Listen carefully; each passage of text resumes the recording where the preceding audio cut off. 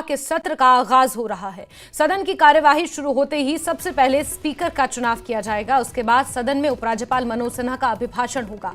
National conference के विधायकों ने पार्टी के वरिष्ठ नेता अब्दुल रहीम राथर को स्पीकर बनाने का फैसला लिया है। राथर 7वीं बार विधायक बने हैं और विधानसभा में सबसे उम्रदराज विधायक हैं।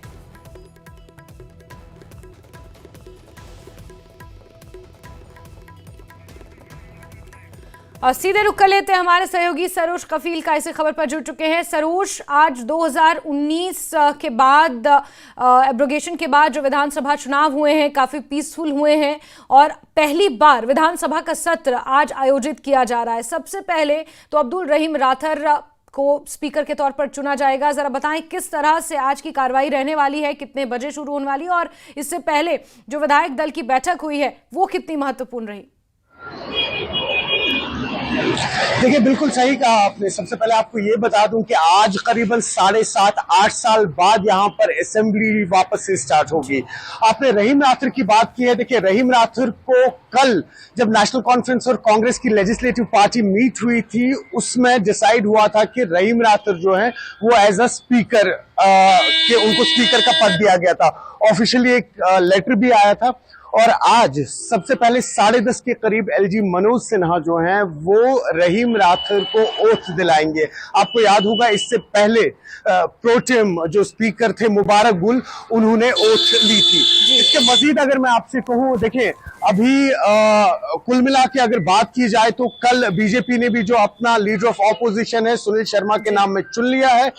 आज अगर हम बात करें हैं जिन पे डिस्कशन होगा, जिसमें से एक बहुत बड़ा मुद्दा ये है 370 का, स्टेटहुड का और दरबार मुंह का। लेकिन ये सब डिस्कशंस कल से स्टार्ट होंगे। आज जो इन्होंने डिस्कशन रखा है, आज एक इंट्रोडक्टरी सेशन रखा गया है और उसके बाद कुछ ऑबिचुरीज जो है वो ऑबिचुरीज पढ़ी जाएंगी। वो सेकंड हाफ में होगा जिसमें कोई भी ऐसे एडमिनिस्ट्रेटर या बड़े नेता हो जो अब नहीं रहे उनको याद किया जाएगा। तो कुल मिला के आज एक इंट्रोडक्टरी सेशन ही होगा और रहीम राथर जो है वो ओथ लेंगे एज अ स्पीकर।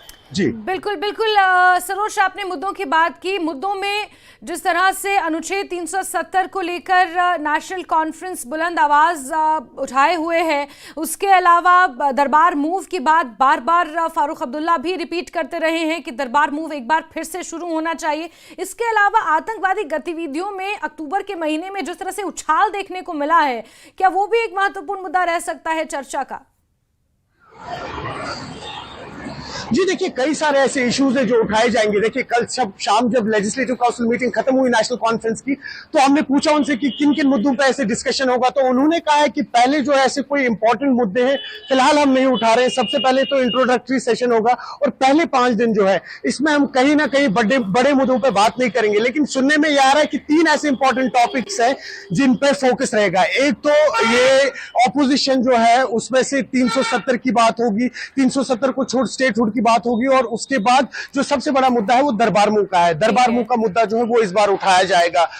तो उसके बाद ही पता लग पाएगा। देखिए, ये 3 मुद्दे इस वक्त जो है वो सबसे ज्यादा इंपॉर्टेंट है। उसके बाद किस तरीके से आगे डेवलपमेंट्स होगी, किस तरीके से बीजेपी जो है वो क्रिटिसाइज करेगा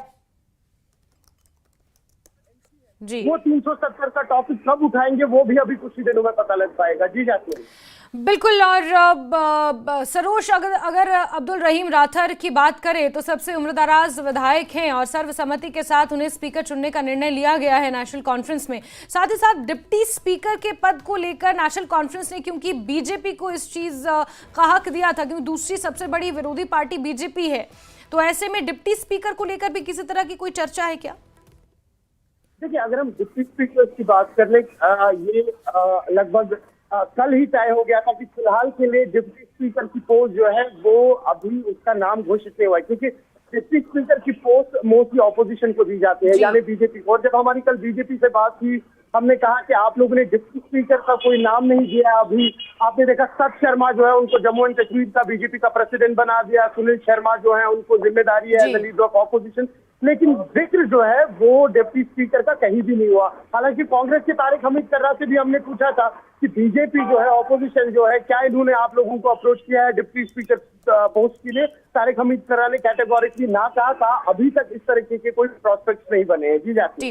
ठीक है सरोज, क्योंकि 10:30 बजे शपथ दिलाएंगे स्पीकर को उपराज्यपाल मनोज सिन्हा और फिर शोकोद्गार के साथ इस सदन की शुरुआत होगी। और आज क्योंकि मुद्दों पर चर्चा नहीं होगी, सिर्फ शोकोद्गार होगा और शपथ ग्रहण होगा स्पीकर का। आप नजर बना के रखे सरोज, बहुत बहुत शुक्रिया हमारे साथ जुड़ने के लिए।